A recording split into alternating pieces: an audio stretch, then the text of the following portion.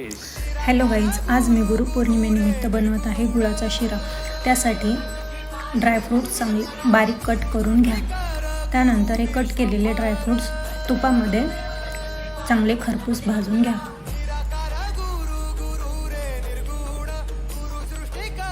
भाजलेले ड्रायफ्रूट्स काढून घेऊन त्याच कढईमध्ये 1 कप रवा घ्या। त्यामध्ये तूप टाकून त्याला चांगला खमंग असा भाजून घ्या। मध्ये मध्ये त्याला हलवत राहा आणि तूप ॲड करत राहा। त्यात सेम कपाने पाऊण कप गूळ एका पातेल्यामध्ये घ्या आणि त्याच कपाने 2 कप पाणी त्या पातेल्यामध्ये टाकून गूळ चांगला वितळवून घ्या। रवा चांगला भाजल्यानंतर हे गुळाचं पाणी त्यामध्ये ॲड करा आणि चांगले मिक्स करा। त्यानंतर त्यामध्ये भाजलेले ड्रायफ्रूट्स ॲड करा। झाला आपला गुळाचा शिरा तयार। तुम्हा सर्वांना गुरुपौर्णिमेच्या खूप खूप शुभेच्छा। मस्त खा, स्वस्थ रहा। थँक्यू।